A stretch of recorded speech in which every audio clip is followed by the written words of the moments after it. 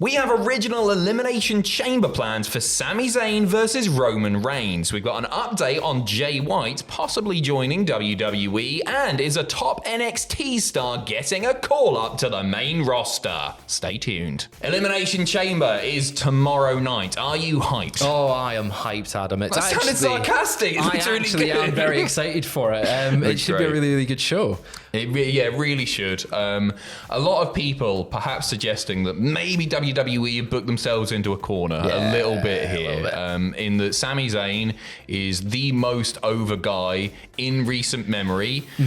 And he's probably going to lose to Roman Reigns tomorrow. Dave Meltzer said an interesting thing just before we get there, saying he doesn't think that they can have Sami lose. I was just talking about that with Aiden upstairs, and it does feel, he said something along those lines, right? He was like, but he was like, I don't expect him to lose. Alvarez was like, oh, no, I think he's just going to lose. They've got their plan. They're going to stick with it. But it was interesting hearing Dave go, well, no, Triple H is smarter than that. I think he'll adapt. But my worry is the way that Meltzer was saying that is that it's going to be a screw job. And it means that Sami doesn't technically lose, but he gets a win. Like, I can picture that moment where Reigns is down and out. Yeah. The ref's not in the ring, and Sami gets the verbal count of like 100. Oh yeah, I think he'll get a visible pinfall for sure. Anyway, right. Yeah. According to the Wrestling Observer here, the original plan was for Zayn to lose, Jey Uso to turn on him, and then get the Usos versus Zayn and Owens at WrestleMania. And that was the plan going back very many months. But a lot has changed since that time. Yeah, so it says the key is that Zayn has become a major TV ratings mover, which is fantastic to hear. SmackDown is up with or without Reigns, and it's clear Zayn is the reason why, it says. On SmackDown, Paul Heyman told Jimmy Uso and Reigns wants both Usos to stay home.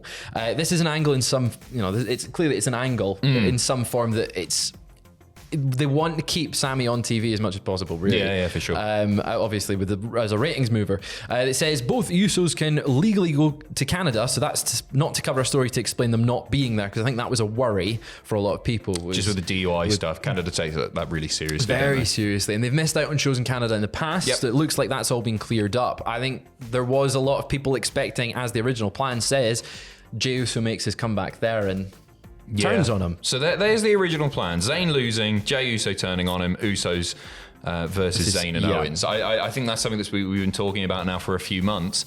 And I would have been up for that. But when you've got something as organic and as over as Sami Zayn, do you want to waste it in a tag match? Is it a waste? I think it is. I think it is, given his current position. I think it is. Given his current position, I think it makes complete sense for the story. As much as like people are saying it won't be as satisfying to having him lose to Reigns and then win the tag titles from the Usos, I think that does make very much a lot of sense in the storyline progression that we've seen. And I think having him and Owens have a together moment on the grandest stage where they win the tag titles would be great. But as you said, he is one of the most over and most organically over baby faces we've seen since Daniel Bryan 10 years ago. Like, we need to have that feel good moment for him, and it is just a shame that Cody Rhodes, who's also red hot, and like people are loving Cody Rhodes at the moment, like both of them. It's a really strange WWE having two massively over faces at the exact same time. It's not common, that's for sure, not in recent times. Right, and both audiences want both of them to beat Reigns. They are Hogan and Warrior of the modern era. Which is crazy. That's the thing. I'm glad they're not going to do, seemingly at least, the tag title thing, because Owens perhaps would feel like a third wheel, wouldn't he? He would just be like, he's not a full part of the story. This is about Jey Uso, this is about Roman Reigns, is about Sami Zayn, and Owens is also sort of in amongst it and everything. I'm now set on 2 nights, 2 title defenses. Yeah. And I think Sami Zayn should win and Cody Rhodes should lose. Which title? I think Sami Zayn should win the WWE title. Okay, yeah. Night 1? Yeah, night one. So everybody thinks that Roman's going to drop both, and then Roman beats Cody Rhodes. Oh no, because Cody wants the WWE title. Roman has to cling on to the Universal title. Because he got to get it over the 1,000 days in May. I want him to hold that for freedom. I'd like him to have one of them, and then another one on a different brand. I guess Cody makes more sense. Cody, but again, Sami Zayn, the big, it'd be the Daniel Bryan moment, the Kofi Kingston moment. Can Sami afford to lose at WrestleMania? Like, the way this story has been building, if he was going to have a team with Owens, he would win. If he faces Reigns, it does leave us doubting a bit more. Can he afford to lose in Canada? Can he afford to lose tomorrow night? Is that going to kill the pay-per-view? No, because it didn't.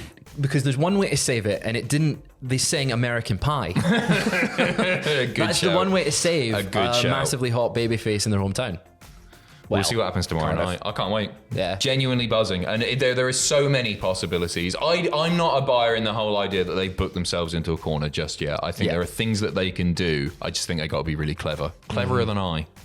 Next up, WWE are allegedly prioritizing a major free agent over signing Jay White. So we just talked about Jay White in the second news video and how it looks like he might be wrapping up in New Japan Pro Wrestling, and it looks like he's probably either going to be WWE or AEW bound. In the Observer, it's written, it's not clear what's next for White, although one would suspect WWE or AEW would be his next destination because nothing else would make sense. Those in WWE who would normally know of major acquisitions during Mania season didn't know about this one and only said there was a much bigger free agent in play right now that was internally the priority. Who's that? It's really left me scratch my head. Like, me too. Jay White seems to be the sort of guy that everyone has been going, well, he's the obvious free agent. But off the top of my head, I can't think of anyone that sort of eclipses. Comments below, we're missing something here. Okada. It's not Okada. It's not, he's it's free agent. Like, who... Unless there's someone in AEW whose contract we don't know is expiring or has expired, because we know that a lot of them signed around January, which would lead to them re-signing. It is contract renewal season, isn't it? So they might not be free agents now, but might be free agents by WrestleMania. Which is just leading to speculation. So give us some comments give us down some below names. to let us know. I'm really struggling here. Del Rio. He is absolutely free agent priority that everyone wants. God, no. I mean, like, it could be someone in NWA, Tyrus. He's like 48 years old, isn't he? He can still go. Crap. No. He's rubbish. Yes. Nick Aldis is maybe a shout, but like... No, they didn't want him for ages. Right? And I think it was Triple H as well that didn't want him as well. That was part of it. Like, it's not Nick. Who could possibly be bigger than Jay White? Who's a free agent? Who's a free agent? And it is leaving us scratching our heads. I think I'll be thinking about it all day. Yeah.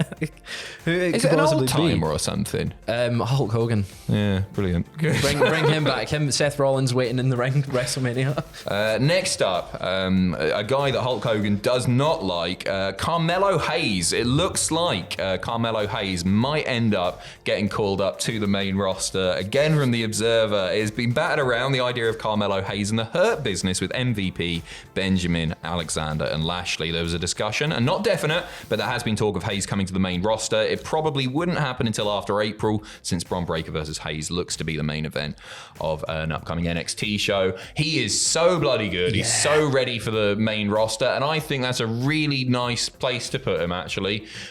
Carmelo Hayes, because I think he would break out of that pack very, very quickly. That's the reason I want to see him there, in amongst some veterans. Like, you got some absolute legends there, in bloody Shelton Benjamin, Bobby Lashley's been doing it for ages, MVP, Cedric Alexander's there.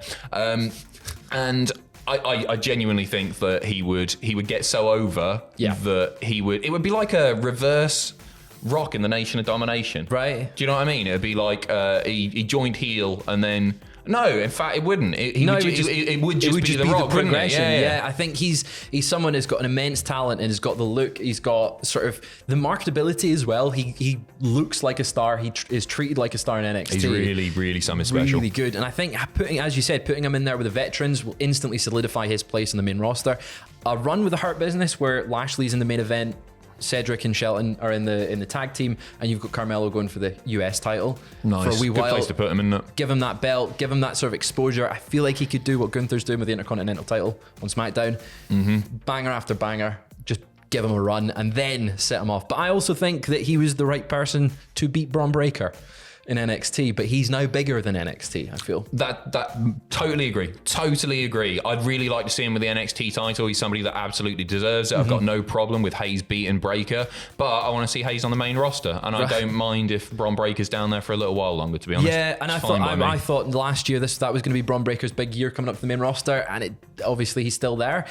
I thought Grayson Waller would have been Bron Breakker, and it didn't happen, and I feel Waller and Hayes are both the two that are ready for the main roster. Yeah, and I want to see for Hayes sure. there specifically. 5 years, it'll be main event in WrestleMania. Putting money on it now. Carmelo Hayes, he's so good. So bloody good. Thank you very much for watching. That's it from us for today. Stay tuned this weekend. We, of course, have all of our Elimination Chamber coverage. We've got Tom Campbell and now Fraser Porter on reactions. Andrew's a little bit poorly, unfortunately, at the moment. So get well soon, Andrew. On top of that, we got What Happened At, we got WTF, and loads of great stuff coming up. And we'll see you tomorrow. See you in a bit. Take care.